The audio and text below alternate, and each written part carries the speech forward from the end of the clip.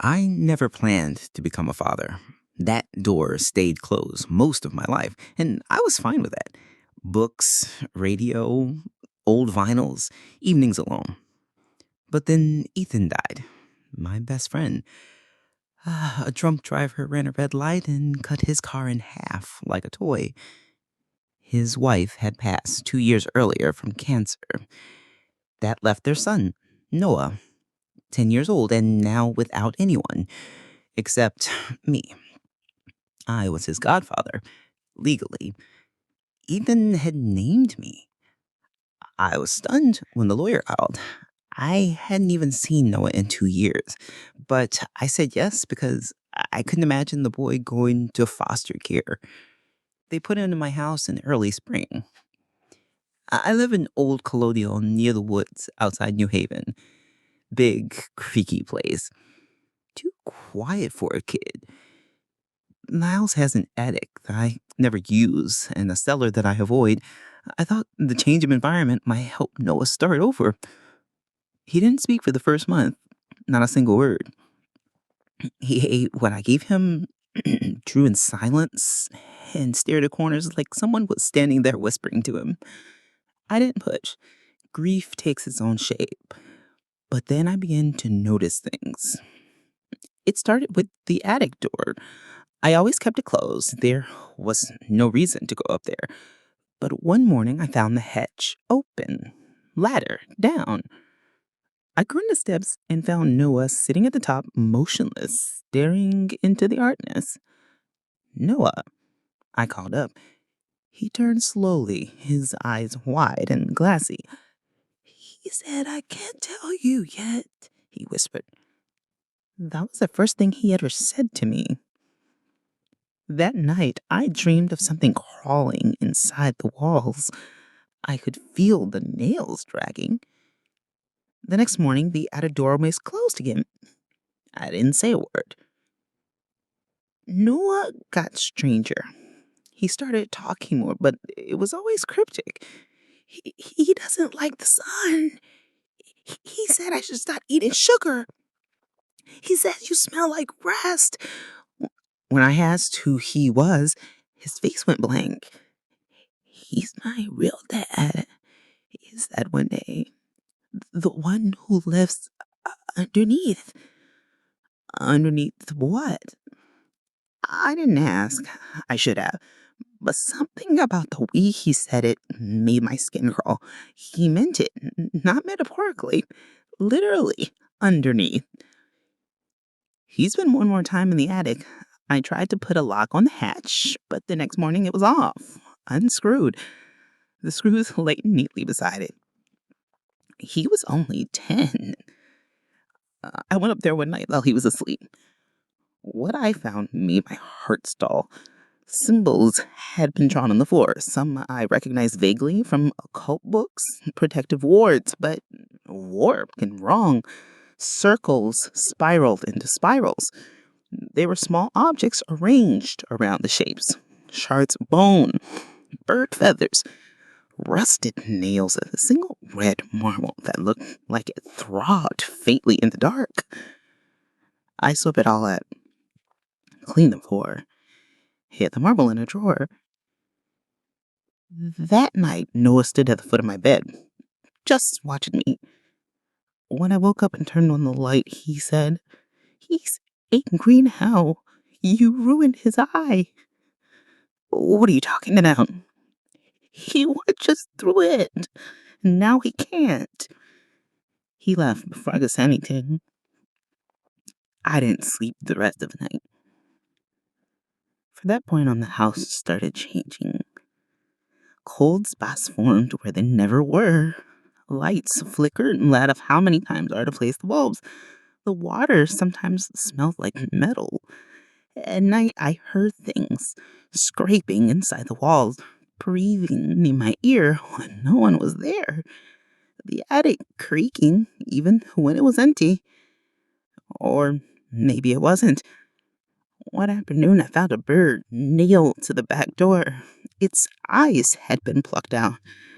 Next to it was a message scrawled in chalk. feed the mouth, or it feeds itself. I don't know what to think. This isn't in much 10 minutes. Thou called me afterward shaken. He said Noah spoke a language he didn't recognize. He asked if the boy had ever been in cult. Noah told me later that night, he says you can't protect me if you don't understand him. Who is he, Noah? He's terrace underneath. He listens under the boards. He's older than upstairs, older than the house. He sleeps during the day, but he listens at night. The same night I heard whispering in my room.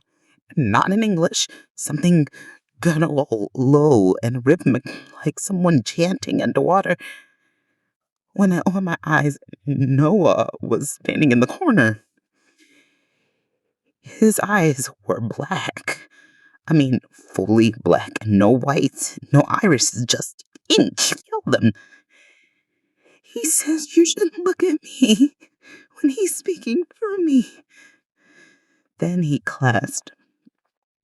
The paramedics found nothing wrong with him. The hospital ran tests. Normal. But they found something else in his stomach. Tiny slither of glass. He was a soul of them. No one knew why. When I asked him, he said, he told me to.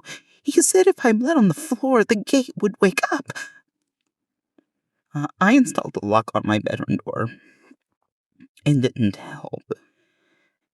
Every night, I dreamed of something pressing down on me, something warm and wet, breathing against my cheek. I'd awake with scratches across my chest and a strange taste in my mouth, like copper. One night I saw it. Not Noah, not a hallucination, something standing in the hallway, tall and angular, arms too long, head cocked to the side like it didn't understand how to balance. It had no face, just folds of skin and teeth, not in its mouth, but growing out of its shoulders, down its arms. It pointed at Noah's door. And then as I opened Noah's door, he was gone. I heard soft thumping above me. I climbed to end. The hatch creaked open on its own. Inside, I found him. He was sitting inside a circle made of broken teeth, westering. In front of him was a hole, not a metaphorical one, a literal, fleshy, living hole. It pulsed like a throat. It was lined with cartilage and dripping fluid. I thought that rot and iron. He turned to me and smiled. It's open now. Something moved inside the hole. Something enormous. I pulled Noah out of the circle. His skin was cold. I touched him. He's going, no! He cried. He'll follow you. You take me out. I carried him anyway. Slammed the attic shut, locked it, nailed it. Called the priest, Father Gallian came in. He took one breath and dropped his cross. He said, this house isn't haunted. It's infected. He sprayed holy water. The water assist. He tried a prayer. The floor shook. Then the lights exploded. Callahan screamed and ran. That was the last time I saw him. He left the town. His parents disowned him. I got a letter the week later with one line. You're on your own. I tried to leave. Packed up. Took Noah to the car. The roads didn't go where they should. Every street looped back to the house. I checked my phone. No service. The GPS button endlessly. Noah just left. He likes when people try to run. I brought him back inside. That night, house changed. Rooms moved. The hallway stretched. Door opened into nothing. I found a new room upstairs. A nursery. I'd never seen it before. Inside was a crib. Inside was a shape. I didn't know it. No, I didn't know. No, look into the skin. On the walls, drawings of thousands of them, crude, messy, drawn by a child. All of them showed a figure with many teeth and no eyes, holding Noah's hand. In the last drawing, it held my hand. I confronted Noah. Who are you, really? He blinked. I am the invitation. The invitation to what? He just smiled. Then his mouth opened wider than his jaw, unhinged. Inside was another face, his own, screaming. He found about and falling. Blood spilled from his ears, the lights turned red. The attic door exploded open. A sound came to his ceiling like a scream mid of thousands of mouths. I dragged Noah outside, ran into the woods. The house behind me. How old?